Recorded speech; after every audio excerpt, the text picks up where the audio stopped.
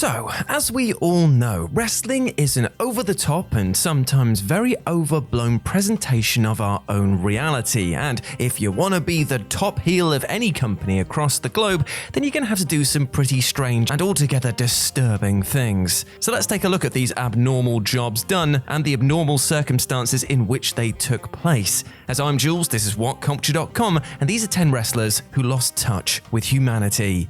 Number 10, Seth Rollins. The pivots are rarely to everybody's tastes, and it's often a little unclear what the gimmicks really are, but Seth Rollins has shown remarkable willingness to try any old weird shit asked of him since turning heel in late 2019. Flicking the sad guy switch in April 2020 was definitely one of the funniest though. In some classic E-Fed brought to life crack literally weeks removed from real life being brought to a halt by the pandemic, Rollins had a meltdown on the Raw after he lost to Drew McIntyre at Money in the Bank. It triggered an insanity that ended up taking Rey Mysterio's bloody eye out, but served as some darkly amusing patter for the locked-in world following an entirely different segment earlier in the show. In one of the company's nicest ever segments, Becky Lynch revealed to Asuka that she was pregnant and handed over her Raw Women's title. It was a sprinkling of joy when everybody needed, well, something, but the side-by-sides of the vastly different new parents were definitely a total riot, if not utterly disturbing as well. Number 9, Triple H.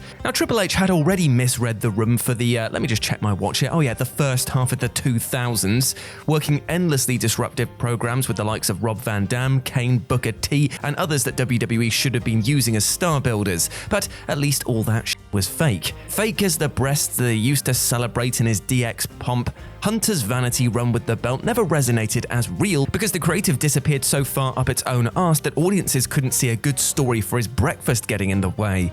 The boss's son-in-law was in charge of his own stuff and was just about the only name left from a moneyed era that already felt long gone. It was too easy for him, and with no struggle, there was no point. It was made even worse when, via a reunion with Shawn Michaels that is covered elsewhere in this video, his real life became on-screen canon. He feuded with Randy Orton because the legend killer posed a real threat to the billionaire McMahon empire. WWE, for a WrestleMania main event, asked a predominantly working-class audience to sympathize with a family of tycoons. It couldn't ever work, and they were stupid to think that it might. Fans want their favorite wrestlers to make a fortune from fighting. They don't care about who builds the bank. Number 8, Shane McMahon. Shane McMahon's ego appeared no more out of control than usual at the 2022 Royal Rumble. A brief run in the titular Battle Royale saw him outstrike Riddle, eliminate Kevin Owens, and undersell a Brock Lesnar mauling. These moments, plus the others that he apparently pitched for backstage, were enough to force Vince McMahon into sacking his own son. But the money's been out to lunch for years. That 2016 return broke his already quite bizarre brain. An enormous pop, a WrestleMania 32 ticket sales boost, and being positioned as The Undertaker's equal. These will do things to a normal man, let alone a McMahon. And the years that followed saw him mirroring AJ Styles for technical ability, The Miz for bloody-minded vanity, and Braun Strowman for bravery. Fans continued to pop for his theme and for the theoretical promise of him falling from something extremely high, but that was the last of a fraying connection with the paying punters. Number 7, Brock Lesnar. So yeah, Brock lost his humanity before apparently he found it again. By 2004, the next big thing was a pony no more, having grown into a rather lovely horse all set to carry the company for decades. Jim Ross and Gerald Briscoe had carefully curated his move from amateur standout to professional great, and at just 27, his prime years were still to come. Infamously, he walked away just 2 years into the spotlight. By then, the beast he was determined to be years later, Lesnar was sick of the grind of life as a full-time WWE superstar. Arranging his own private jet as transportation hadn't eased woes, nor particularly endeared him to a locker room probably already alienated by his meteoric rise. When he disappeared from view on SmackDown, he did too in real life as well. For years he enjoyed life on his lovely farm in between his various appearances in Japan and UFC. Even a 2012 WWE return wasn't without substantial breaks, but by then he'd monstered more than just his opposition. Vince McMahon was so wowed by his aura that they gave him the keys to his kingdom and never asked for them back. No wonder so many others have tried it. Number 6. Cody Rhodes. The Cody Rhodes heel turn, or at the very least fans themselves deciding not to like Cody Rhodes anymore, wasn't as inexplicable as some of his sprawling promos and programs might have actually suggested. Just before he departed AEW, Cody cut a promo about 12 different wrestlers that he wasn't feuding with and had more than a few digs at the fans that had abandoned his cause during the company's 3 years. It served as a fairly fitting send-off based on the months of scatterbrained television feuds that he'd been involved in since the start of 2021. Most infamously, he asked for sympathy for the guy that built the bank. To some, it was the umpteenth confirmation that a heel turn was incoming, but it turned out to be, well, more Cody chaos. Even if he believed he was playing the longest, cleverest game, nobody else was playing with him. It was that point he missed, and that is what has made his AEW exit a fairly manageable one for his former employer. Number 5. The Undertaker. To the Lord of Darkness first, and a 1999 full of The Undertaker repeatedly trying and failing to fit into a wrestling world that was decidedly passing him by. As the genuine magic of the original Kane feud/partnership wound down in 1998, so too did Undertaker's sense of purpose. He fought and lost against Stone Cold Steve Austin, but turned heel in the process, limiting his options beyond a major character change. Said shift came in the form of the Ministry of Darkness, but there was a weird and icky feeling around all of that from the off. He was no longer the conscience and cornerstone of the company, but a cult leader who enjoyed controlling mostly average wrestlers. After that, got lost in the molasses of the corporate ministry and the short exchange of the WWE Championship with Steve Austin at the very least drew numbers. He tried to simplify all of the silliness and lame lore by forming a big hard bastard team with the Big Show.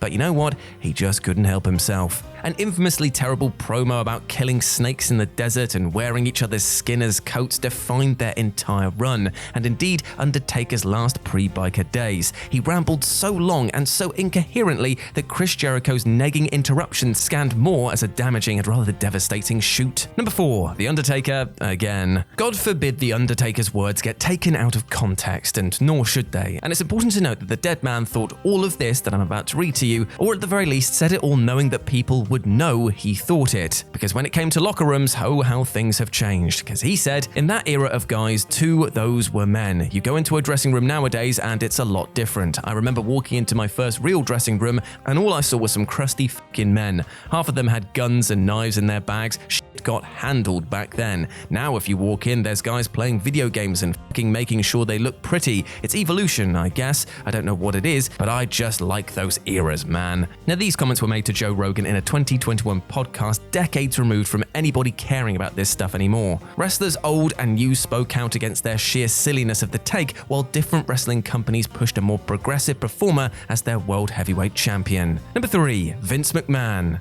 I mean, as if he was ever in touch with his humanity in the first place, right? Vince McMahon's recent appearance on the Pat McAfee show at the very least revealed more of a normal human being than the curious waxwork that's featured on Monday Night Raw for the past few years. But how could a man so willingly ensconced in his own bubble ever be connected to reality? Many have discussed in great detail how surrounded by agreeable toadies he's been for the bulk of his time atop the WWE. Some of those toadies have gone from discussing it to becoming toadies themselves. Such is the schizophrenic nature of how he arranges then rearranges his inner circle.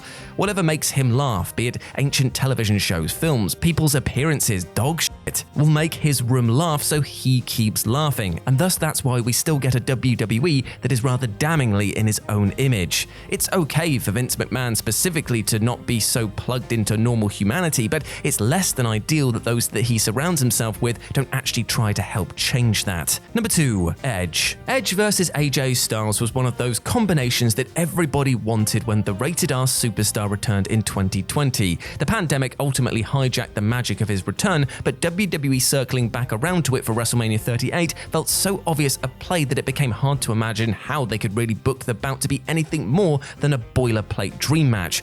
An Edge heel turn was deemed the answer. Now portraying a man with a god complex, not unlike several other recent heel turns, almost as if Vince McMahon has a new specific kink, Edge has gone to another dark place bathed in blue light following a brutal assault. It's sixth form college stuff that thinks it's much more clever than it is, but it will at the very least fill some time during the build to the show of shows, and this kind of content production can only really detach WWE further from the human audience that it still actually desires. And number 1, Kane. Glenn Jacobs is true to his politics, but his politics feel extremely ill-judged when he tweeted at the start of the recent conflict in the Ukraine. If you on the left are shocked by Putin's aggression, wake up, sunshine. Historically, in the real world, might makes right. Weakness, which is really what the left is all about, is not a virtue. It's a fatal character flaw, and no, the US should still not get involved. Hangman Page was the most prominent from pro wrestling to put the former WWE champion and current mayor of Knox County in his place, with links to helpful charities and a video of the Big Red Machine taking a lot of chair shots to the head. Even those that may have skewed right didn't have much nice to say about the controversial remarks, not least because of the timing and the potency. And like a lot of shit, it'll probably stick too. And there we go, my friends. Those were 10 wrestlers who lost touch with humanity. I hope that you enjoyed that, and please let me know what you thought about it down in the comments section below. As always, I've been Jules. You can go follow me over on Twitter at RetroJ with a 0. But before I go, I just want to say one thing. We spoke a lot about wrestlers, the industry at large, and those circling around it, and how they've lost touch with humanity. But you know what, my friends? I am here today to end this video by telling you that we need to start thinking about building bridges instead of burning them, to treat ourselves and our neighbor with love and respect, because you know what? You deserve that, and they do too. And it's the only way that we're going to be able to move forward as a society, and that is together. So remember, you are a massive ledge. You deserve all of the best things in life, like love, happiness, and success, but so too do the people around you. So go out there with love in your hearts instead of hate, alright? Now go out there and absolutely smash it. As always, I've been Jules. You have been awesome. Never forget that, and I'll speak to you soon. Bye.